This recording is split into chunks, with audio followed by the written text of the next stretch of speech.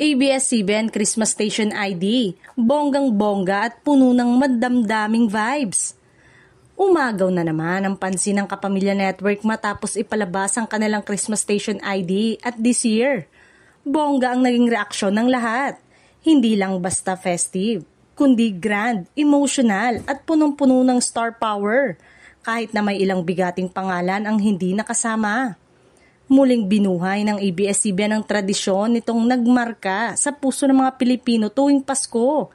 Iba ang productive value mula sa lighting, choreography, hanggang sa cinematic shots ng bawat artista at ordinaryong Pilipino na tampok sa video. Kita ang pag-evolve ng Kapamilya Christmas ID habang pinananatili ang essence ng pagmamahalan, pag-asa at sama-samang pagbangon.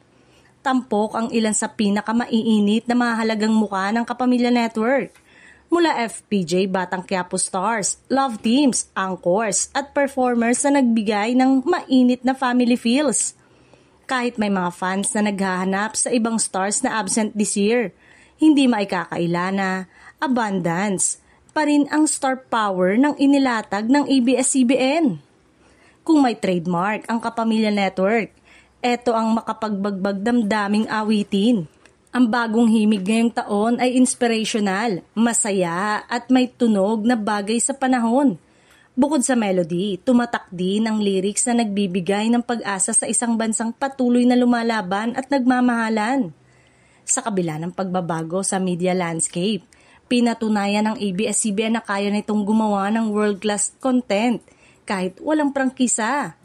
Ramdam ng viewers ang effort, passion at puso ng buong team sa bawat frame ng Christmas ID. Maraming nagkomento na ito ang isa sa pinakamaganda at pinakamadamdami na Christmas Station ID ng ABS-CBN nitong mga nagdaang taon. Perfect blend of nostalgia, artistry and heart.